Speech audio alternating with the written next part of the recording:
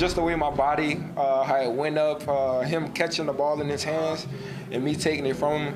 I mean, the whole play was crazy, but it starts with the O-line. It starts with blocking, giving Kirk that time to give me, that opportunity to go up and make a play.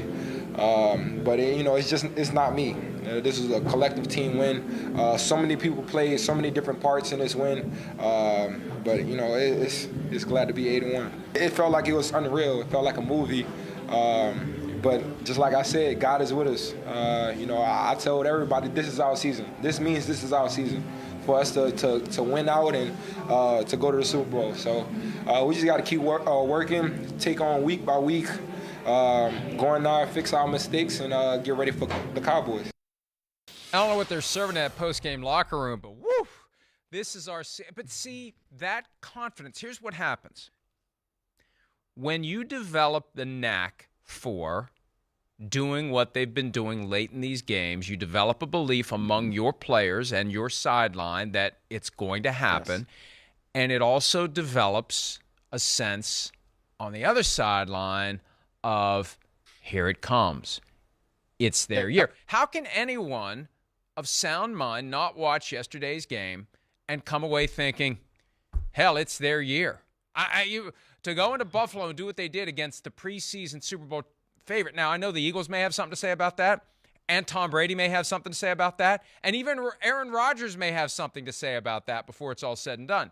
But it's hard not to feel like there's a special shine. And, Myles, this is the other reason why I think yesterday was significant. I have been observing the Vikings very carefully for years. They have not had a road win in the regular season like this for decades.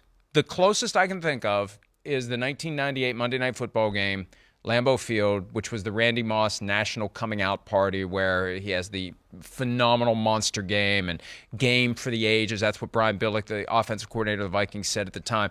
It had that kind of feel to it because the Vikings are the team that has a great home field advantage and then from time to time will win just enough road games against lesser opponents to get home games in the playoffs. But then when they have to go on the road in the postseason and play a great team, they get slapped around like they did in San Francisco 3 years ago, like they did in Philadelphia for the NFC Championship game, like they did against the Giants in the NFC Championship game in 2000. They almost somehow beat the Saints in the 2009 NFC Championship game when they grossly outplayed New Orleans that day, but still lost the game.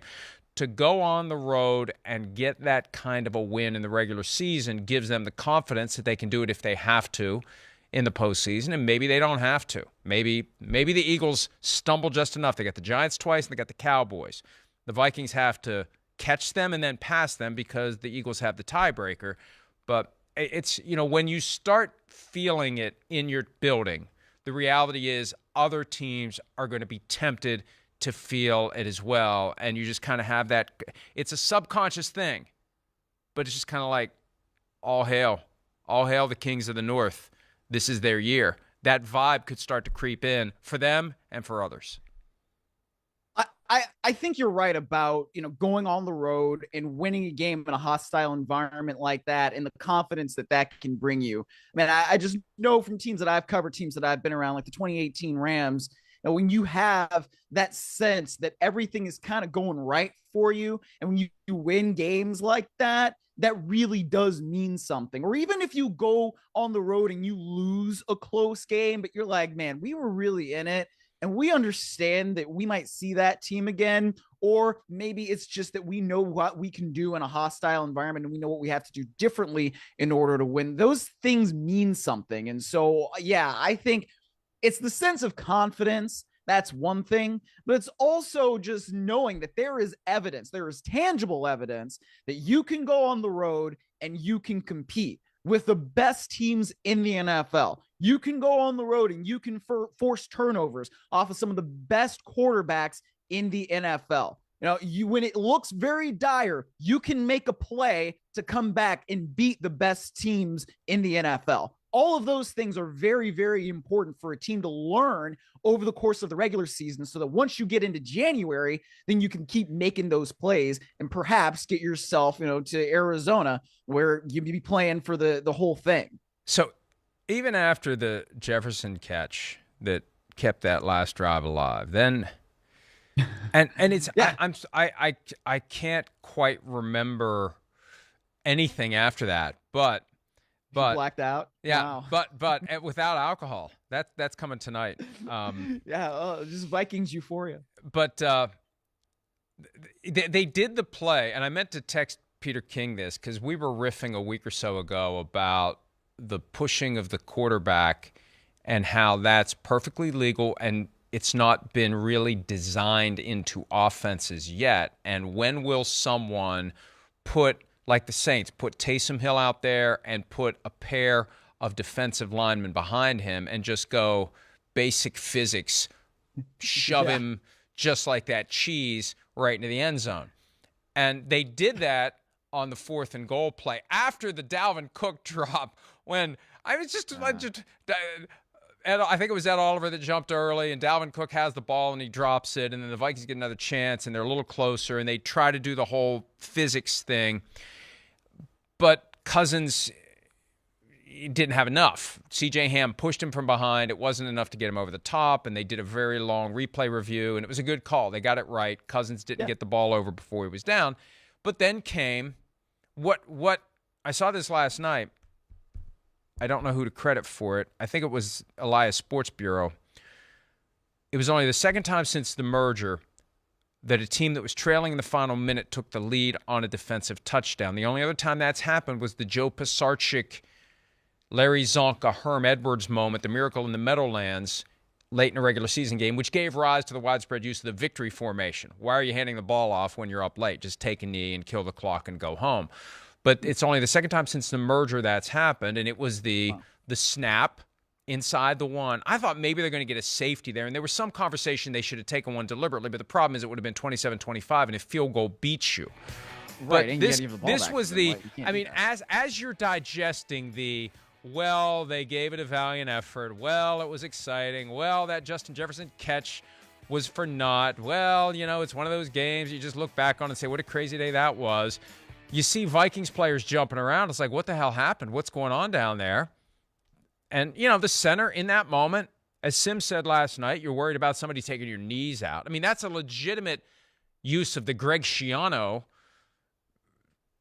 tactic. Yes. You're definitely doing it there because they're not taking a knee. They're going to try to advance the ball forward in that moment, and they just couldn't. They couldn't secure the ball, and even then,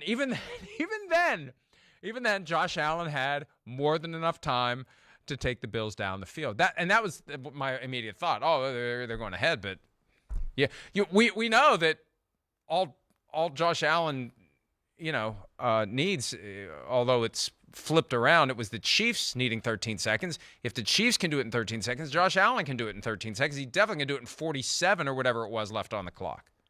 Yes.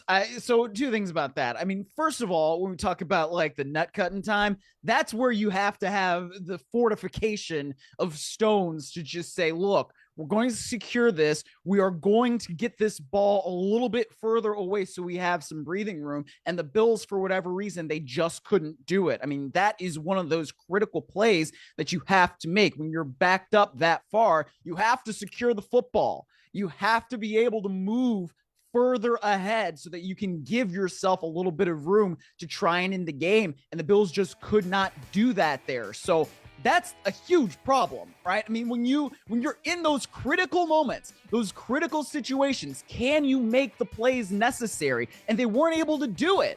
I mean, whatever happened on that center quarterback exchange, whether it's the center's fault or QB's fault, you have to get it right. And the fact that they did not get that right is very alarming and it's very concerning. And you got to give the Minnesota Vikings credit for making the play, but still. I mean, and so then, you get that chance now. Josh Allen gets the ball back. But, I mean, officials, what are we doing with the Gabe Davis non-catch? Well, I'll get to that in a second. Let me just say this, though, about the Bills' play. In their defense, how many times do you practice? Do you even practice? Do you carve out time in all the hours that are spent doing all sorts of other things? Do you ever practice trying to do the exchange live in that moment where you just got to get the ball in your hands and move forward when you're backed up to the 1-inch line. I don't think that ever makes its way onto the list of plays that's going to be practiced by anyone. So you just have to go do it. It's like, we just got to go do this. You can't do it live. Well, no, I know, but you can't do that live in practice. I know. I mean, at the same time, you've gone through that scenario. I think that Sean McDermott is a good enough head coach and good enough situationally. I would have to. You know what you need to do.